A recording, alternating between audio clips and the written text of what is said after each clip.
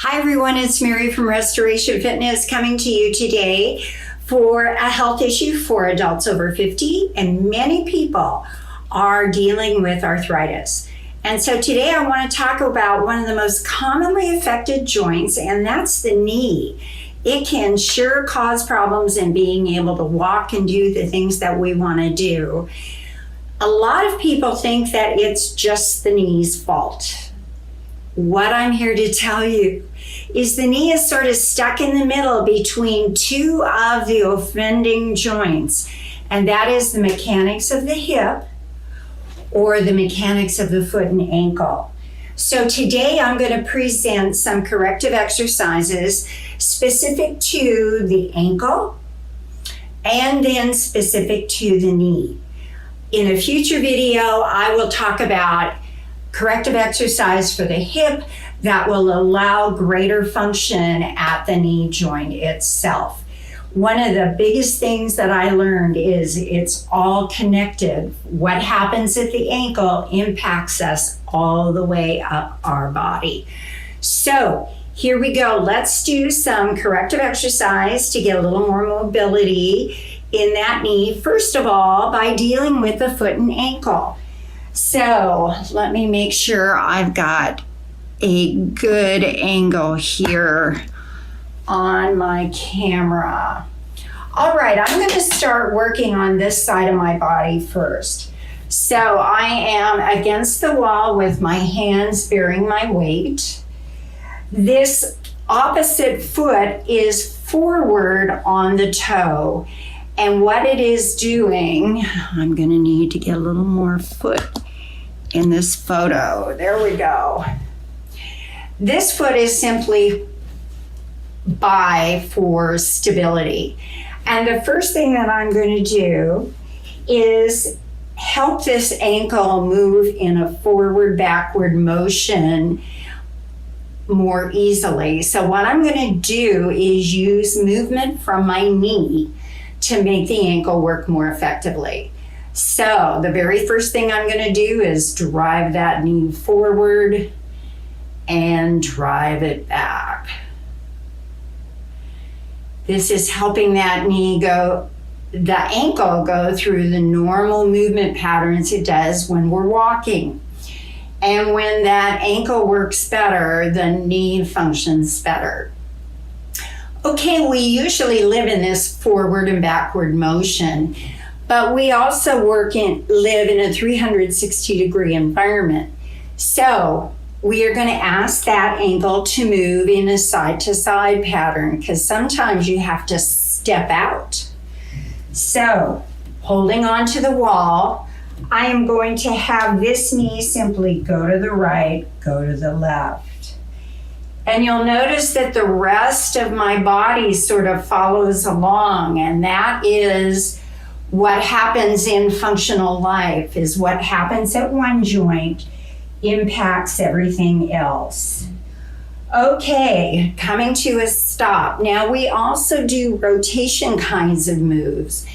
And so we're going to have the knee help the ankle go through rotation. So with this foot forward still, I'm going to simply ask my knee to go out to one side and then come in. And you'll notice that my hips are following along because everything is connected in our body. What happens in one place happens in the rest of it. Okay, and then we would do the same thing on the opposite side. So this foot is behind, the opposite foot is forward, and the knee is driving forward back. If you've had repeated ankle injuries or sprains, this is a really important movement to get hold of. All right, and then we ask the knee to go side to side, and the ankle follows suit. And then the knee goes in and the knee rotates out. All right, so what we've done through those corrective movements is we have facilitated greater movement at the ankle. which is going to help the movement of the knee. So now let's move up and take the same principles of moving in all three planes of motion, forward, back, side to side, and rotation to allow this knee to move more effectively. So I'm going to start with this side. The opposite foot is forward. Again, my hands are on the wall. And to get this knee to move more effectively, I first move towards the back and dip down. My knee bends. I press my hip forward and my knee extends. So down and back and bring it forward. Down and back, bring it forward. Down and back, bring it forward.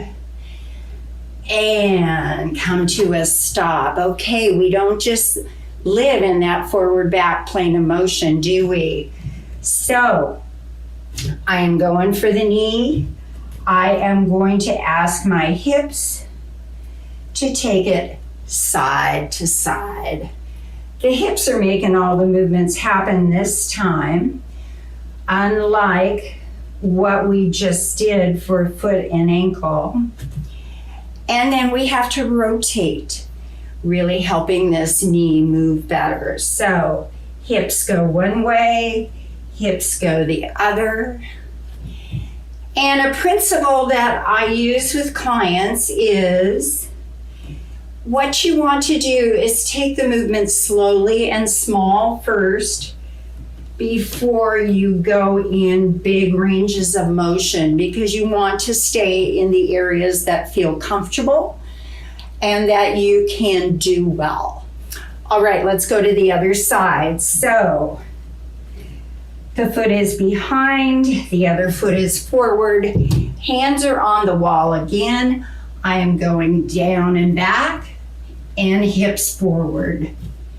Down and back and hips forward. Taking that knee through its range of motion. Everybody thinks that the knee is just a hinge joint that opens and closes, but it actually moves 3D. So now, let's take those hips side to side, and the knee follows along for the ride. Last thing, we are going rotating to one side and then the other. And again, if you have a knee that is problematic for you, the side that you're working, please make that movement very small and slow till you see what the degree of movement is that your body will allow you to have today. And then through working with these corrective exercises, you can actually enhance the mobility and stability of that joint and not be held hostage by your foot and ankle or your hip. This is Mary with Restoration Fitness, helping people over 50 make the second half of their life the best half of their life. Talk to you again. Bye.